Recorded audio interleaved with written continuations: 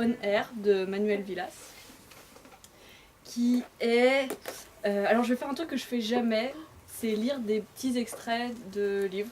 Moi d'habitude j'aime pas les lectures, mais là on n'a pas le choix, les livres la plupart sont inracontables, donc je vais leur donner quand même une chance tout seul. On Air, rien que... Donc On Air TV, c'est la chaîne de mysticisme gonzo. Rien que l'explication du projet On Air TV est géniale, c'est les premières pages.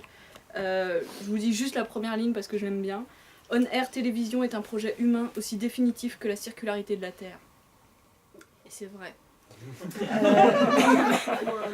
Et donc c'est rangé en canaux. Donc on a sur le canal 1 le grand écran américain, on a sur le canal 2 Télépurgatoire, je vous en passe, sur le canal 4 il y a Téléterrorisme que j'aime beaucoup, le catch, le football, les réalités shows, Téléboutique ou Ciné X.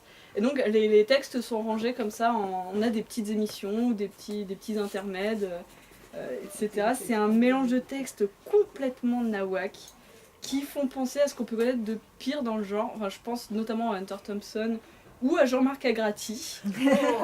C'est cru, ça explose de partout, dans tous les sens. Il y a une énergie assez incroyable. Le premier texte, par exemple, c'est la visite de Johnny Cash en Espagne. Alors, je vous cite juste un très très court extrait. Mariscal se leva de son lit et décrocha le téléphone. On tarda à lui répondre. Il demanda le whisky. Quand il eut raccroché, Cash avait baissé son pantalon de pyjama. « Regarde ma bite, Mariscal. »« Non, ne dis rien. »« Non, je ne suis pas homosexuel, il ne s'agit pas de ça. »« Ne t'en fais pas, mec !» Et il remonta son pantalon. « Je voulais seulement que tu la voies. Ces choses sont importantes. Nous ne savons jamais très bien avec qui nous nous trouvons. Nous connaissons de vue, oui, et c'est une bonne chose. Mais nous ne savons pas très bien qui nous sommes. Pas vrai, Mariscal ? Non, ne t'en fais pas, je veux pas que tu me montres ta bite. L'amitié est un sujet délicat. » Donc voilà, Elvis montre sa bite aussi à longueur de nouvelles, on le voit régulièrement. D'ailleurs, quand on entend du Elvis dans une nouvelle, en général, les gens se mettent à se rouler des patins énormes, à se toucher, puis ça tourne en orgie incroyable. On n'a pas que ça, on a aussi une superbe histoire de voiture hantée qui est géniale. On a une que j'aime beaucoup, c'est sur Télépurgatoire.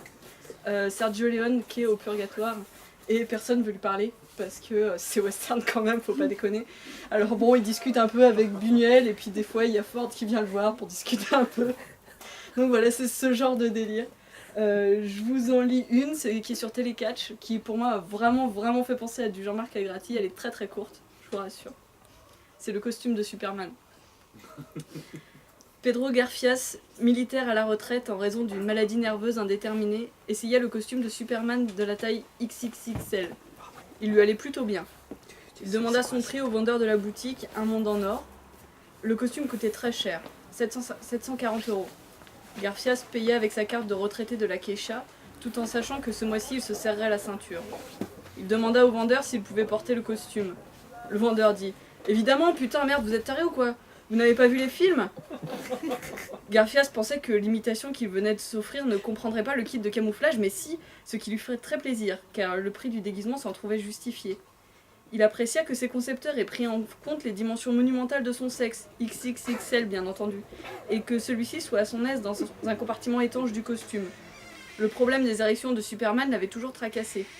Avec ce costume, le problème était résolu. En vérité, il lui allait superbement. Il effectua quelques mouvements clés face au miroir, il sortit de la boutique, il entra dans un bar, il se rendit aux toilettes, les gens furent hallucinés. C'était lui, c'était Pedro Garfias, et il volait dans les rues de Barcelone, le poing levé en direction de la Sagrada Familia. Donc voilà, donc On Air TV, voilà, à picorer vraiment. Vendu. C'est du bonheur.